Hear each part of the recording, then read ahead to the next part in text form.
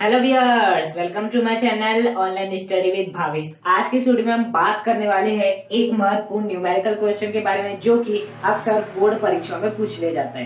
तो चलिए स्टार्ट करते हैं। देखिए, आपका क्वेश्चन दिया है कि C6H12O6 अर्थात ग्लूकोज के 5% विलयन का हमें क्या ज्ञात करना है? वाष्प दाब ज्ञात करना है। ओके, यदि शुद्ध जल का 373 केल्विन पर वाष्प दाब कितना हो? 760 mm ऑफ Hg है। तो ये आपका बेसिकली न्यूमेरिकल क्वेश्चन है जिसे आप क्या करना है, आपको सॉल्व करना है। ओके, तो सबसे पहले जब हम कोई भी न्यूमेरिकल क्वेश्चन सॉल्व करते हैं तो सबसे पहले हम लिखते हैं क्या क्या दिया है और क्या क्या ज्ञात करना है और कौन सा सूत्र हम इसमें अप्लाई कर सकते हैं वो हम सोचते हैं, तो अब हम वही करेंगे। तो सबसे पहले आपको यहाँ पर क्या लिखना है? सॉल्यूशन लिखना है।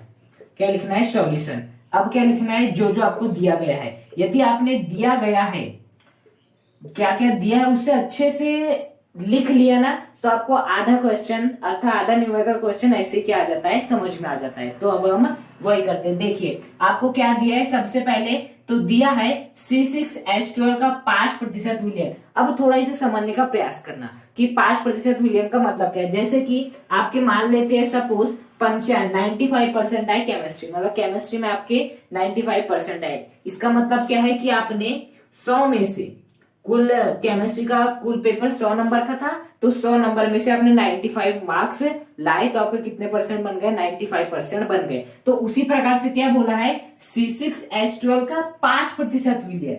C6H12 का 5% विलयन मतलब 5% का मतलब क्या हो जाएगा कि आपने एक प्रकार से देखे तो 100 में से 5 नंबर लाए।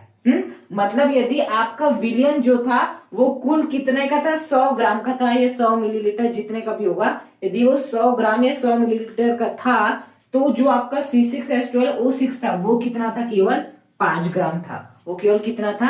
5 ग्राम था। तो ऐसे बेसिकली समझ आया। जिस प्रकार से 5% का मतलब क्या होता है कि 100 में से आपने 5 नंबर लाए, उसी प्रकार से 5% विलयन, ग्लूकोज का 5% विलयन का मतलब क्या हो जाएगा कि विलयन कुल कितने का है? 100 ग्राम का विलयन है। मतलब जो विलयन है तो 100 ग्राम का हो सकता है, 100 मिलीलीटर या किसी का भी हो सकता है, वो मात्रक अपने अपने हिसाब से होता है। तो यदि हम विलयन का 100 भाग ले, चाहे वो मिलीलीटर में ले या भाग में ले, चाहे भार में ले, 100 भाग ले, तो उसमें जो 5 भाग है वो किसका है? आपका ग्लूकोज का है। ये है बेसिकली इस क्वेश्चन का मतलब। तो यहां से इसने हमें बेसिकली C6H12O6 का क्या दे दिया? हमें द्रव्यमान दे दिया है। कितना दिया है हमें? 5 ग्राम दिया है। बेसिकली उसने हमें क्या किया है? C6H12O6 का क्या दे दिया? हमें द्रव्यमान दे दिया। वो कितना? 5 ग्राम। कैसे पहचाना हमने? 5% मतलब यदि कुल विलयन 100 होगा तो 100 ग्राम होगा, तो जो आपका ग्लूकोज है वो कितना होगा? 5 ग्राम होगा। और दूसरी जानकारी क्या दे दी आपकी? दूसरी जानकारी इसने ये दे दी कि जो विलयन का जो द्रव्यमान है, विलयन का जो आपका द्रव्यमान है वो कितना दे दिया आपको? ऑब्वियसली बात है, वो कितना दे दिया? उसने 100 ग्राम दे दिया है। ओके, मतलब कि C6H12 के 5% विलयन, इससे ही आपको कितनी जानकारी प्राप्त हो गई? 2 जानकारी। पहली बात तो C6H12O6 का क्या प्राप्त हो गया? द्रव्यमान जो कि 5 ग्राम है, साथ ही साथ जो विलयन है उसका भी द्रव्यमान प्राप्त हो गया जो कि कितना है? आपका 100 ग्राम है। अब हमें क्या ज्ञात करना है? बेसिकली यदि आपको C6H12O6 ज्ञात हो गया है और विलयन ज्ञात हुआ है। अब देखिए, जो आपका विलयन होता है वो किन किन से मिलकर बना होता है? वो बना होता है विलेय से और वो बना होता है विलायक से। ऑब्वियसली बात है। तो यदि विलयन आपका 100 ग्राम है C6H12O6 से, बेसिकली वो क्या होगा? बेसिकली वो क्या होगा? हमारा विलेय होगा। क्या होगा? विलेय होगा, क्योंकि हमने क्या की? ग्लूकोज था, उस ग्लूकोज को किस में मिला रहे होंगे? हमने किसी न किसी पदार्थ में मिलाए होंगे, तभी वो क्या बना होगा? विलयन बना होगा। ऑब्वियसली बात है, क्योंकि देखो बोल रहा है ना C6H12O6 के 5% विलयन है। था यहां से समझ आता है कि हमने C6H12O6 को विलयन में मिलाए है, मतलब कि जो आपका C6H12O6 है वो विलेय है और जो आपका विलायक है उसकी मात्रा हमें निकालनी है। ओके, तो हमें विलेय का द्रव्यमान दिया है, विलयन का द्रव्यमान दिया है। क्या हम विलायक का द्रव्यमान निकाल सकते हैं? तो ऑब्वियसली बात है, हम विलायक का द्रव्यमान निकाल सकते हैं। वो कैसे निकालेंगे? जो आपका विलायक का द्रव्यमान हो जाएगा, विलायक का जो आपका द्रव्यमान हो जाएगा वो क्या हो जाएगा? यदि मैं 100 में से किसको घटा दूं? 100 में से यदि मैं 5 को घटा दूं, कितना आ जाएगा? 95। तो जो विलायक का द्रव्यमान है वो कितना आ जाएगा? 95 ग्राम आ जाएगा। ऑब्वियसली बात है, ये आपका विलयन है टोटल। देखिए C6H12O6 विलेय है, विलायक का द्रव्यमान कितना है? 95।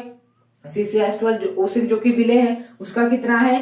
5 ग्राम है, तो बताइए आपका 5 ग्राम प्लस 95 ग्राम कितना हो जाता है 100 ग्राम, और विलयन का द्रव्यमान ऑब्वियसली बात इतनी है। तो देखिए हमने केवल इसकी सहायता से कितनी जानकारी एकत्रित कर ली, 3। पहली बात विलय का द्रव्यमान, ये क्या आपका बेसिकली विलय का द्रव्यमान, दूसरा क्या विलयन का द्रव्यमान, और तीसरा हमने क्या ज्ञात कर लिया, विलायक का द्रव्यमान ज्ञात कर लिया। ओके, अब बात ये आती है कि मैंने विलायक का द्रव्यमान कैसे ज्ञात कर लिया, 100 में से 5 हटा के। अरे ऑब्वियसली बात है, जो आपका विलयन होता है वो किससे मिलके बना होता है, वो मिलके बना होता है विलेय धन विलायक से। अब मुझे विलयन की मात्रा मालूम है, जो आपके विलयन की मात्रा मालूम है, मुझे विलायक का द्रव्यमान निकालना था, तो मैंने विलय को इस साइड में भेज दिया। विलय को इस साइड में जैसे भेजूंगा तो माइनस में आ जाएगा, बराबर क्या आ जाएगा आपका विलायक का द्रव्यमान आपको प्राप्त हो जाएगा। किसका द्रव्यमान प्राप्त हो जाएगा आपको, विलायक का द्रव्यमान। तो मैंने विलयन के द्रव्यमान में से जो कि 100 था, विलय के द्रव्यमान को घटा दिया, जिससे कि मुझे विलायक का टोटल द्रव्यमान प्राप्त हो गया। तो इस प्रकार से हमने कितनी जानकारी प्राप्त कर ली, 3 जानकारी प्राप्त कर लिए। तो इतना हमने क्वेश्चन पढ़े, देखिए बस इतने से क्वेश्चन को पढ़ने से हमें इतनी महत्वपूर्ण जानकारी प्राप्त हो गई। अब आगे पढ़ना है, तो हमें क्या ज्ञात करना है, विलयन का वाष्प दाब ज्ञात करना है। किसका वाष्प दाब ज्ञात करना है, विलयन का वाष्प दाब करना है। मतलब जो ग्लूकोज का 5% जो विलयन बना है, उस विलयन का हमें क्या ज्ञात करना है, वाष्प दाब ज्ञात करना है। तो यहाँ हम लिख सकते हैं ज्ञात करना है। क्या ज्ञात करना है आपको, बेसिकली जो आपको ज्ञात करना है वो ज्ञात करना है पीएस।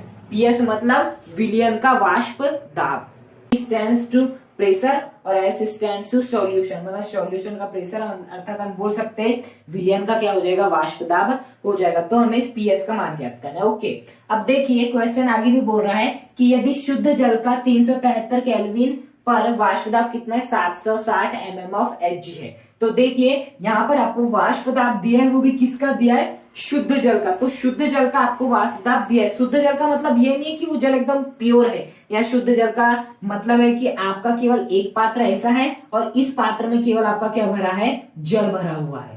अब ये जल चाहे तो मटमैला हो सकता है, कुछ भी हो सकता है। शुद्ध जल का कई लोग मतलब यही समझते हैं कि एकदम प्योर होगा, इसमें कोई बाहर से कचरा नहीं होगा, कुछ नहीं होगा, बिल्कुल नहीं। शुद्ध जल का मतलब है कि एक ऐसा हमने पात्र लिए जिसमें केवल जल भरा हुआ है और उसका जो वाष्प दाब है वो कितना दिया है, 760 mm ऑफ Hg दिया है, जिसे हम 760 mm भी लिख सकते हैं। तो बेसिकली ये क्या है, शुद्ध जल का वाष्प दाब है। अब बताए शुद्ध जल का मतलब है यहाँ पर केवल जिसमें जल भरा है। ओके, तो हमने यदि जब हम बात कर रहे थे राउल्ट के नियम की, तो हमने एक ऐसी केस देखा था। हमने क्या देखा था कि आपका एक हमने पात्र लिया था जिसमें केवल एक ही प्रकार का द्रव भरा था, आपका द्रव 1।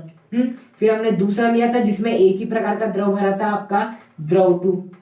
तो हमने इसका जो वाष्प दाब माने थे कितना माने थे, P1 नॉट, और इसका वाष्प दाब कितना माने थे हमने, P2 नॉट। मतलब यदि केवल शुद्ध द्रव ही भरा हो तो हम नॉट का उपयोग कर सकते हैं। तो उसी प्रकार से मैं क्या करता हूँ, यहाँ पर केवल शुद्ध जल भरा हुआ है तो इसका जो वाष्प दाब मान लेता हूँ, कितना मान लेता हूँ, P0 मान लेता हूँ। मतलब आपको जो शुद्ध जल का वाष्प दाब दिया है उसे मैंने क्या मान लिया, P0 मान लिया, और P0 का जो मान है वो कितना दिया है, 760 mm दिया है। तो बेसिकली यहाँ से हमें कितनी बात समझ में आती है, यहाँ से हमें बात समझ में आती है, मतलब जो जो दिया गया है। पहली बात तो यहाँ पर आपको P0 का मान दिया है, यहाँ पर आपको विलय का द्रव्यमान दिया है, विलयन का द्रव्यमान दिया है, विलायक का द्रव्यमान दिया है, और पीएस का क्या करना है, मान ज्ञात करना है। तो बेसिकली जो जो दिया था, जो जो ज्ञात करना था, अब हम लिख चुके हैं। अब हमें ये सोचना है कि क्या हमने ऐसे कोई फॉर्मूला पढ़े हैं जिसमें आपका P0 भी आ रहा हो और PS भी आ रहा हो, और जिससे हम PS का मान आसानी से ज्ञात कर सकते हैं। बिल्कुल, हमने पिछले वीडियो में वाष्प दाब के आपेक्षिक अवनमन की सहायता से हम विलय का अनुभार किस प्रकार से ज्ञात कर सकते हैं, एक फॉर्मूला डेराइव किया था, और वो क्या था आपका, वो था आपका P0 minus PS divide by P0 is equal to था आपका W1 upon M1 into M2 upon W2। यही था फॉर्मूला आपका। देखिए P0 का मान दिया हुआ है, PS का मान ज्ञात करना, निकाल सकते हैं हम। W1 क्या होता था, विलय की ग्राम में मात्रा। क्या विलय की ग्राम में मात्रा दी है, बिल्कुल दी है। M1 C6H12O6 का हम द्रव्यमान आसानी से आणविक द्रव्यमान जो भी वो निकाल लेंगे। M2 क्या होगा, जो आपका विलायक का अनुभार होगा। अब बताइए ग्लूकोज जो है आपका 5 ग्राम लिए, उसे हमने क्या बनाया, विलयन बनाने के लिए उसे 95 ग्राम विलायक में मिला दिया। और आप ऑब्वियसली बात जानते हैं कि यदि विलयन बना है तो वह जल का उपयोग अवश्य होगा, क्योंकि जल आपका सार्वत्रिक विलायक है। तो यहाँ जो आपका विलायक है वो बेसिकली क्या है, आपका H2O है।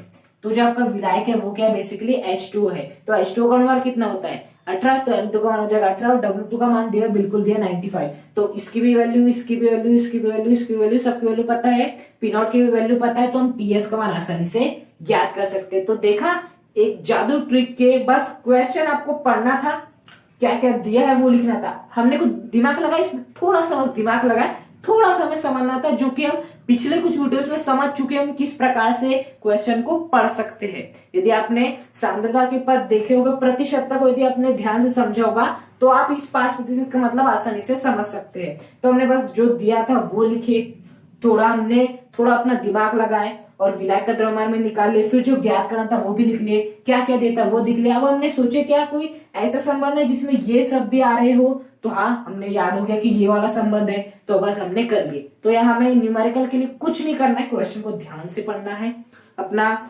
जब भी हम क्वेश्चन को ध्यान से पढ़ने हैं तो हमें नॉलेज के साथ पढ़ना है, ध्यान से पढ़ना है, और उसके बाद जो जो दिया है उसे लिखना है, ज्ञात करना है उसे लिखना है, और बस सूत्रों को याद करना है कि नहीं यहाँ ये वाला लगेगा। ओके, तो हम देखते हैं, इसे हम क्या कर लेते हैं, आगे सॉल्व कर लेते हैं।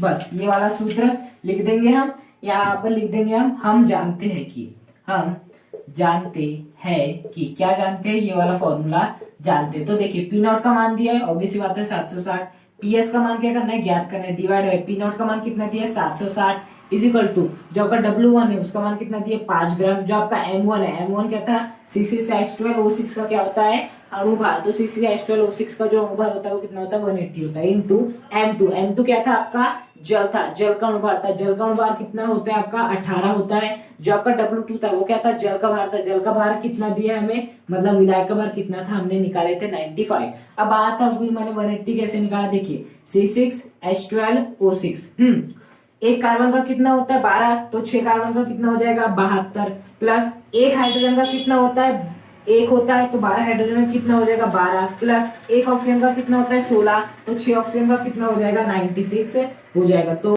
180 हो जाएगा। तो इसलिए मैंने यहाँ पर क्या रख दिया 180 रख दिया। अब क्या करना है, इसे हमें बस केवल सॉल्व कर लेना है, तो हम सॉल्व कर लेते हैं। देखिए 18 एकम 18, 18 दाम क्या हो जाएगा 180 हो जाएगा, बिल्कुल।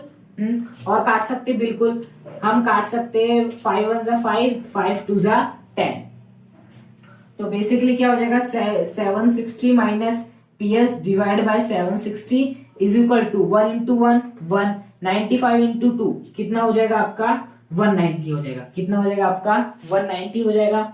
अब देखिए ये जो 760 हम इसे इस साइड में ला लेते हैं, तो बेसिकली क्या हो जाएगा 760 minus PS is equal to 760 को हम इधर लाएंगे तो ऊपर आ जाएगा 760 डिवाइड बाय 190, तो 0 से 0 कैंसल, 19 से ये 76 कितने बार कैंसिल हो जाएगा 4 बार क्या हो जाएगा कैंसिल हो जाएगा। तो finally 760 minus PS is equal to कितना हो जाएगा 4। अब हमें किसका मान ज्ञात करना है, बेसिकली PS का मान ज्ञात करना है, तो हम PS को इस साइड में ला लेते हैं, 4 को इस साइड में ला लेते हैं, तो 760 इज इक्वल टू ये 4 इधर ही रहेगा, ये माइनस का PS जब इस साइड में आएगा तो क्या बन जाएगा प्लस का PS बन जाएगा।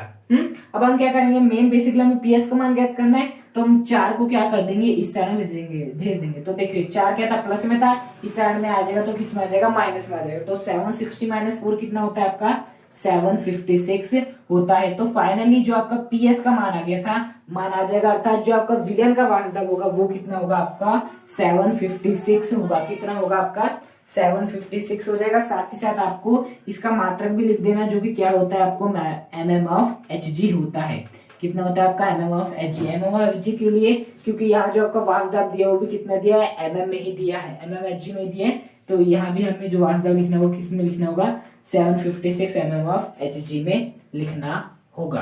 तो बेसिकली हमने इस पूरे न्यूमेरिकल को सॉल्व करने के लिए क्या क्या किए, सबसे पहले जो दिया था उसे लिखे, उसके बाद जो ज्ञात करना था उसे लिखे, फिर जो सूत्र हम जानते हैं उसे हमने अच्छे से देखा, और उसके बाद बस मान रखते गए और उससे क्या कर लिए थोड़ा सा सॉल्व कर